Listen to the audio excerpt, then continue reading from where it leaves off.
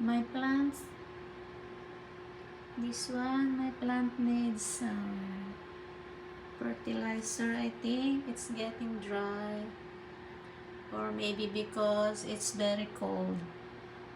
This plant is a tropical plant. It needs hot weather, but now here it's very cold. And also this one, it's getting dry. I'm gonna put some fertilizer, and then I'm gonna on the heater because it's very cold. They don't like cold.